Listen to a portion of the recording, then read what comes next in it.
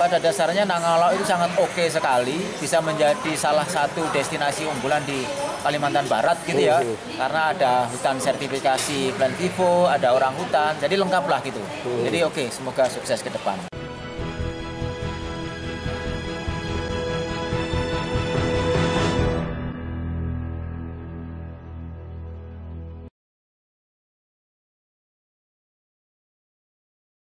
Oke guys, di depan saya ini adalah Bang Agus Wibowo. Agus Bowo ya. Agus Wiono, sorry. Beliau ini dari East Java Ecotourism Forum dari Jawa Timur. Barusan beliau mendarat barusan beliau datang dari Nangalau, Kapuasulu. Sekarang tiba di Bandara Bandara Spadio, melanjutkan perjalanan ke Jawa Timur. Jadi kurang lebih hampir seminggu ya Mas ya? Ya. Seminggu. Terus apa yang didapatkan selama di sana? Silakan Mas. Ya, baik, terima kasih.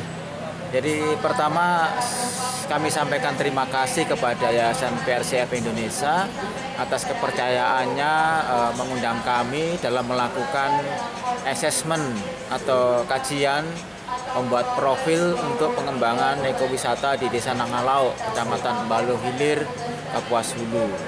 Kami dari tim East Java Ecotourism Forum 3 orang, jadi tim Forum Ekowisata Jawa Timur itu kami 3 orang dengan keahlian masing-masing gitu.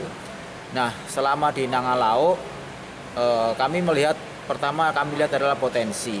Nah, jadi potensi alamnya terutama itu luar biasa, dan terutama juga yang masyarakatnya ya, potensi sosial. Jadi dari survei itu, asesmen itu kami memetakan 5 modal. 5 modal di modal alam, modal sosial, modal finansial, modal fisik, dan satu lagi itu modal apa itu? Alam, fisik, sumber daya manusia. Iya. Nah, dari 5 modal itu ketahuan mana yang memang sudah kondisinya ideal, gitu ya, mana yang memang harus diperbaiki, gitu.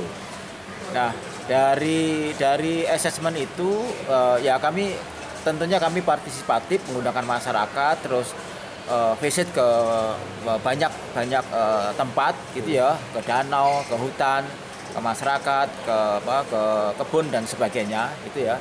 Sehingga kami mendapat gambaran yang utuh ya, dan wawancara dengan kepala desa, dengan kelompok masyarakat, ibu-ibu dan sebagainya gitu. Nah, dari hasil sementara yang kami kumpulkan, kami mendapatkan penyusun rekomendasi awal ya, yang sebelum kami balik ke Pontianak, kami juga presentasi ke kepala desa, BPD dan masyarakat, juga presentasi ke Dinas Pariwisata dan Pemuda Olahraga Kabupaten Kapuasulu yang ada di Kota Putu Sibau. Gitu. Pertama adalah bahwa secara potensi, terutama potensi alam, mereka memiliki kesiapan yang memiliki angka yang cukup tinggi. Jadi di atas 80%, artinya masih perlu sentuhan beberapa persen supaya sempurna. Gitu. Nah, sebenarnya yang menjadi pekerjaan yang tidak mudah adalah penguatan SDM-nya, ya, penguatan SDM-nya dan penguatan kelembagaannya. Karena memang di mana-mana kalau kita ingin mendorong ekowisata berbasis masyarakat, sumber daya manusia dan kelembagaan itu akan menjadi kunci. Gitu. Jadi ke depan, kemarin kami juga sudah pesan kepada baik Dinas Pariwisata Kapuasulu maupun perangkat desa dan masyarakat bahwa investasi dalam pengembangan, dalam penguatan sumber daya manusia itu menjadi sangat penting. Karena apa? Karena yang lain misalkan fisik ya, soal infrastruktur atau amenities itu sebenarnya kita tidak terlalu banyak, sudah cukup di sana gitu. Nah, bagaimana melakukan servis itu kuncinya di sumber daya manusia, terutama dalam pengembangan produk, pelayanan dan upaya promosi gitu. Nah, saya rasa itu nanti yang perlu diperhatikan oleh masyarakat, terutama juga oleh kawan-kawan di PRCF. Jadi dalam pendampingan 3 hal itu, bagaimana masyarakat itu bisa melakukan pengembangan produk ekowisatanya, yang kedua bagaimana mereka bisa melakukan pelayanan, jadi kelembagaannya harus kuat, dan bagaimana melakukan promosi yang lebih cerdas ya gitu. Nah, terus kemarin saat kami juga mengantar mereka pengurus itu ke dinas, sambutan dinas sangat baik sekali. Jadi mereka berterima kasih kepada tim PRCF karena udah ada inisiasi melakukan kajian. Jadi bagaimana mengajak masyarakat membuat perencanaan dalam pengembangan ekowisata. Nah, selanjutnya memang dari dinas sendiri juga ada beberapa program yang nanti bisa diambil ya manfaatnya untuk masyarakat, diantaranya misalkan mau ada pelatihan pemandu, ada pelatihan produk dan penataan destinasi gitu. Nah, jadi peran Pemda ada, tinggal nanti bagaimana pengurus ini bisa menyusun rencana kerjasama, jadi pengembangan networking gitu ya, baik dengan pemerintah, misalkan dengan pariwisata, dengan BPMDes gitu ya, dinas koperasi, maupun dengan pihak swasta kayak Asita, GIPI, terus ASPI dan sebagainya, karena itu menjadi penting untuk dalam rangka promosi gitu. Nah, berkaitan sama amenitas ya, amenity, hal yang penting untuk mendukung usaha homestay adalah bagaimana menyediakan air bersih untuk minum, karena air bersih untuk minum di sana untuk masyarakat tidak bermasalah. Tapi itu nanti kalau untuk wisatawan, terutama wisatawan asing, itu akan menjadi bermasalah karena apalagi sekarang kan eranya COVID, jadi masuk new normal nanti itu di mana wisatawan itu orientasinya kepada wisata sehat gitu ya. Jadi masalah higienitas, sanitasi gitu ya, kesehatan, keamanan gitu. Nah, itu akan menjadi penting. Jadi bagaimana justru inovasi terhadap pengembangan penyediaan air minum yang bersih layak itu menjadi penting gitu. Nah, terus yang lain misalkan untuk pengembangan homestay, kami sarankan kalaupun nanti akan dikembangkan akomodasi untuk wisatawan di sana adalah menggunakan homestay atau rumah tinggal yang dimiliki oleh masyarakat. Nah, di sana memang sudah ada rumah bambu, itu konsepnya adalah konsep guest house, bisa dipakai, tapi menurut kami lebih baik kalau mereka menggunakan homestay. Homestay di sana atau rumah-rumah masyarakat sebenarnya sudah bagus ya, sudah bersih. Dari sisi ruang itu tersedia misalkan untuk interaksi dengan tamu di ruang tamu, kamar tidur, kamar mandi, toilet, jadi untuk kebersihan mandi, cuci kakus, terus juga rata-rata dapur mereka juga cukup bagus sehingga memungkinkan interaksi antara wisatawan dengan tuan rumah dengan baik gitu. Nah, terus untuk transportasi ya di kampung ke hutan dan sebagainya pasti menggunakan transportasi perahu. Nah, itu perlu diciptakan bagaimana perahu yang nyaman buat wisatawan. Jadi yang ada tempat duduk sandaran yang portable gitu ya. Itu juga mungkin varian perahunya. Jadi bagaimana disediakan perahu-perahu yang bisa untuk kegiatan-kegiatan solo. Jadi karena orang-orang asing biasanya suka dengan kegiatan-kegiatan individual. Jadi satu perahu satu orang atau paling enggak satu perahu double dua orang. Nah, itu yang perlu disediakan karena kami melihat kegiatan-kegiatan perahu-perahu kecil, jadi kayak kecil di danau gitu ya, baik danau kematian maupun danau tunggal atau di ujung danum, itu sangat menarik untuk kegiatan itu sambil pengamatan satwa gitu. Nah, satu atribut penting yang harus dikuatkan adalah satu, karena memang desa Nangalauk sudah menyandang hutan desanya sudah menyandang sertifikat Plan Vivo. Nah, ini saya rasa menjadi atribut penting yang perlu didorong, jadi unique selling point-nya tinggi. Yang kedua adalah ditambah dengan keberadaan orang hutan di sana.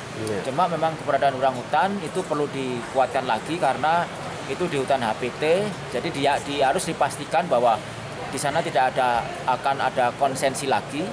Ya, jadi yang kedua adalah bagaimana kawan-kawan PRCF untuk menambah riset di orang hutannya. Jadi bagaimana di mana keberadaannya, populasinya berapa. Karena itu kalau itu pasti informasinya itu akan sangat menarik untuk atraksi utama di Nangalauk gitu. Nah, kalau atraksi pendukung banyak sekali, terutama kegiatan masyarakat, dan itu pasti menyenangkan, terutama untuk tamu-tamu yang escapist ya, tamu-tamu yang keinginan belajarnya tinggi, daya belinya juga tinggi gitu ya, dan mereka siap berbaur dengan masyarakat, berinteraksi sama masyarakat. Nah, tamu itu yang harus kita pilih gitu. Nah, kalau mereka disediakan kegiatan-kegiatan yang langsung beraktivitas dengan masyarakat, misalkan dengan kegiatan petani rotan, petani lebah madu, petani karet, maupun kegiatan-kegiatan di perikanan di wilayah sana, itu akan menjadi menarik. Cuman kemasannya harus pas ya, kemasannya harus betul gitu. Jadi itu yang perlu exercise terus, latihan terus gitu ya. Terus saya rasa juga untuk kulinernya, makanan khasnya cukup variasinya cukup bagus ya, menunya cukup banyak. Jadi kalaupun misalkan tamu stay di sana 5-6 hari, itu pasti untuk makannya tidak akan menemukan menu yang sama. Ya, terutama masakan-masakan untuk ikan ya gitu. Memang untuk sayur kurang, itu yang perlu dipikir, bagaimana budidaya untuk sayur alami sudah oke ya. Jadi misalkan ada pakis, ada beberapa jenis pakis, terus rebung dan sebagainya, itu menarik sekali. Tinggal nanti varian menu atau resepnya yang perlu ditingkatkan. Kalau mancing bagaimana? Wisatawan mancing gitu? Wisatawan mancing bisa. Jadi ya kalau misalkan untuk wisatawan lokal di sekitar Putus Ibu atau Pontianak, itu bisa dikembangkan mancing. Tapi tadi kembali lagi bahwa bagaimana pengaturannya. Jadi bagaimana pengaturan yang sama itu adalah bagaimana menentukan carrying capacity, daya dukung gitu. Jadi satu hari mancing itu berapa orang sih biar nggak jadi mass tourism gitu. Nah, terus mancing itu sarananya apa? Tadi misalkan perahu. Terus juga alat pancingnya itu harus disediakan semua. Sementara ini kan belum ada. Terus nanti misalkan siapa yang mandu dan sebagainya, tempatnya, titik-titik yang boleh untuk wisata mancing di mana. Nah, itu harus ditentukan. Itu harus bersepakat dengan masyarakat yang lainnya biar tidak saling mengganggu. Nah, jadi kemarin pihak desa juga sudah kami sarankan untuk membuat beberapa regulasi, misalkan regulasi jaminan bahwa masyarakat tidak dengan mudah menjual aset lahannya kepada orang luar, misalnya gitu. Regulasi tentang bagaimana larangan berburu satwa di sana itu dipertegas. Nah, jadi terus regulasi tentang bagaimana mengatur kode etik wisatawan. Nah, itu yang perlu segera dilakukan oleh desa dan lembaga pengelola ekowisatanya. Oke, setelah ini ada follow up-nya enggak dari EJEP ini? Ya, tentunya dari hasil survei kami akan menyusun sebuah profil, yaitu laporan dan rekomendasi tentunya, sehingga itu ya nanti insya Allah bisa dijadikan acuan untuk pengembangan ekowisata ke depan. Jadi tahapan-tahapannya apa, mana yang menjadi penting dan mendesak yang harus dilakukan gitu ya, sehingga nanti kedepannya bisa bergerak dengan mudah. Nah, yang menurut kami penting dan mendesak adalah urusan SDM, peningkatan kapasitas SDM dan kelembagaan. Gitu. Kalau yang berkaitan sama aksesibilitas itu sudah oke, amenitas itu sudah cukup, tinggal nambah sedikit, atraksi tinggal mengemas menjadi sebuah produk, mana yang produk utama, mana yang menjadi produk pendukung gitu. Nah, terus berkaitan sama industrinya, dan di sana bisa ada industri penginapan, pemanduan, transportasi, paket tour, baik tour yang di desa itu sendiri maupun yang lintas desa ya gitu. Nah, terus soal standar ya, nanti semuanya pelatihan harus orientasinya kepada standar ya. Misalkan pemandu harus standarnya SKKNI dan sebagainya lah gitu.